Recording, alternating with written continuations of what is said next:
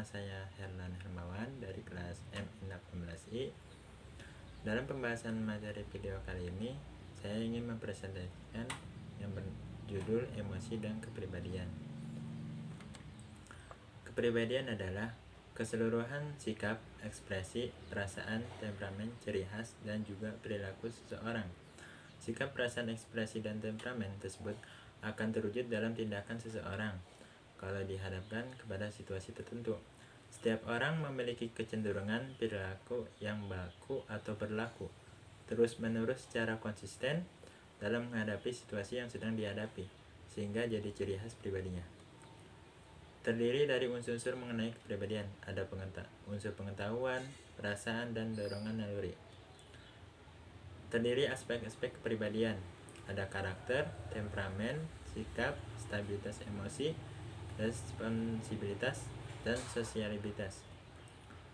Terdapat jenis-jenis kepribadian manusia. Yang pertama, introvert atau introversion adalah kepribadian manusia yang mengutamakan dunia dalam pikiran manusia itu sendiri.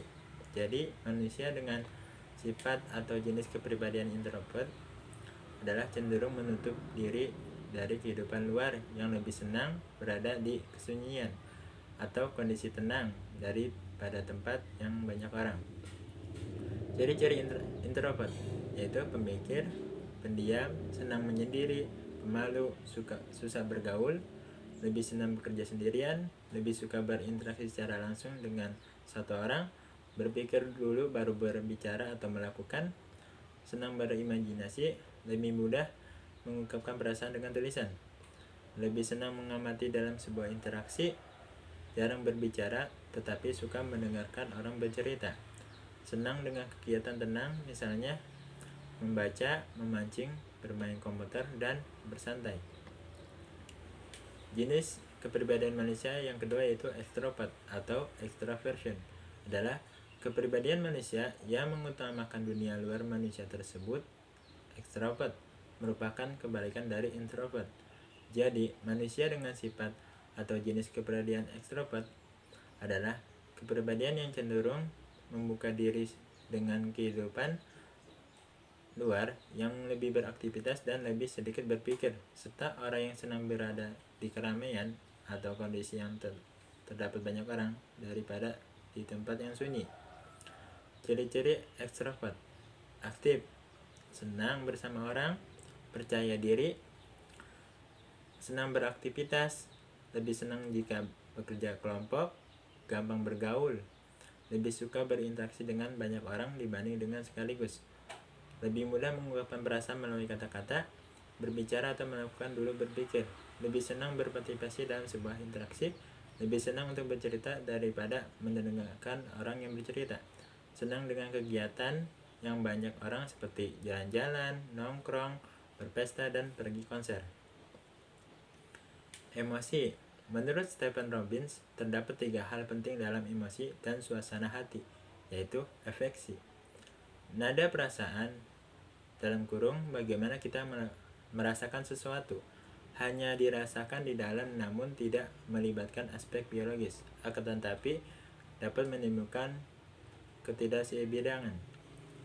Yang kedua, emosi. Emosi dalam bahasa Indonesia dikenal sebagai perasaan intens yang ditunjukkan kepada seseorang atau sesuatu. Emosi juga dikatakan reaksi terhadap seseorang terhadap kejadian. Emosi dapat ditunjukkan ketika merasa senang mengenai sesuatu, marah pada seseorang, ataupun takut terhadap sesuatu. Ketiga, mood. Ini juga sama merupakan suasana hati, respon yang terjadi setelah merasakan, melibatkan aspek biologis, dan durasi terjadinya biasanya panjang atau lama, bisa dalam hitungan hari, bulan, hingga tahun. Untuk mempermudah penjelasan di atas, saya memberi ilustrasi berikut. Yang pertama, emosi dasar. Sulit untuk mengetahui jumlah emosi berdasarkan kata-kata emosi karena jumlahnya bervariasi dari satu bahasa ke bahasa lain. Yang kedua, positive effect. Berdampak positif sebagai suasana hati yang terdiri dari positif emosi seperti kegembiraan, keyakinan diri, dan keceriaan pada tinggi N, dan kebosanan, kelesuan, dan kelelahan pada akhir rendah. Negatif efek. Pengaruh negatif adalah suasana hati yang terdiri dari kegelisahan, stres, dan kecemasan pada tinggi, dan relaksasi, ketenangan, dan ketenangan pada akhir rendah. Perhatikan bahwa positif dan negatif mempengaruhi adalah suasana hati. Kerja emosional. Tenaga kerja emosional itu sendiri adalah ekspresi dan emosi karyawan dalam suatu organisasi yang diinginkan selama transaksi antar pribadi di tempat kerja. Di dalam display emotion itu juga terdapat dua jenis, yaitu surface acting dan deep acting. Perbedaannya adalah pada surface acting adalah waiters tersenyum kepada pelanggan padahal ia tidak ingin seperti itu. Sedangkan pada deep acting, mereka lebih mendalami dalam melakukan display emotion. Contohnya, manajer jasa duka harus berempati atas kejadian yang dialami konsumennya. Kecerdasan emosional atau emotional intelligence. Emotional intelligence (EL) maksudnya EI adalah kemampuan seseorang untuk mengetahui emosi di dalam diri sendiri dan orang lain, mengerti maksud dari emosi tersebut dan mengatur emosi seseorang menurut cascading model. Emosi intelligence terdapat ciri-cirinya, yaitu self-awareness, menyadari apa yang Anda rasakan; self-management, kemampuan untuk mengelola emosi dan impuls; self-motivation, kemampuan untuk bertahan dalam menghadapi kemunduran dan kegagalan; empati, kemampuan untuk merasakan perasaan orang lain; social skill, kemampuan untuk menangani emosi orang lain. Di sini terdapat emosi yang dirasakan versus emosi yang ditampilkan. Felt emotion adalah perasaan atau emosi sesungguhnya dari diri seseorang, sedangkan displayed emotion adalah emosi yang harus dipenuhi oleh pekerja atas suatu jabatan yang ia duduki, atau kata lain adalah emosi karena tuntutan pekerjaan. Dalam penelitian studi kasus yang saya dapat mengenai hal studi kasus yang saya temukan di tempat kerja juga saya sendiri, ada beberapa hal yang terjadi kasus emosi dan kepribadian, terdiri dari kasus kedisiplinan absen kerja, masalah cuti, masalah target perusahaan, dan masalah tidak konsistennya dalam bekerja. Di antara kasus-kasus tersebut yang sering saya temukan masalah kedisiplinan absen kerja. Kita ambil contoh antara manajer dan karyawan. Karyawan ini sering tidak disiplinnya dalam absensi bekerja. Nama karyawan tersebut adalah A. Si A sering mempunyai masalah dalam kedisiplinan absensi kerja. Suka terlambat, kadang absennya suka dititipin ke teman, sering tidak masuk kerja, dan pulang dengan cepat tanpa izin. Dalam hal ini, si A otomatis melanggar peraturan perusahaan dan harus berhadapan dengan manajer.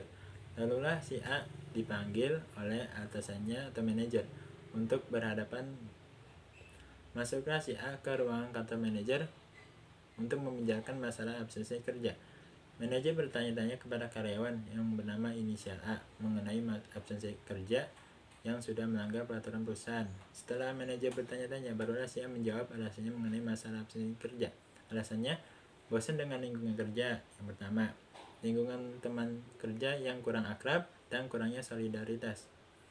Lalu manajer memberikan SP1 kepada karyawan si A untuk tidak mengulangi kesalahannya. Setelah itu manajer memutuskan untuk melakukan perpindahan karyawan si A ke bagian yang lain agar dapat konsisten dalam menaati perusahaan. Hasil dari pembahasan, dari hasil yang sudah diamati, ada beberapa masukan dari materi tersebut. Di antaranya si karyawan ini memiliki ciri-ciri dari yang bernama ekstrovert, yaitu aktif. Ciri-cirinya yang pertama, senang bergaul. Sedangkan manajer dalam hal materi tersebut, materi yang termasuk yaitu emosi.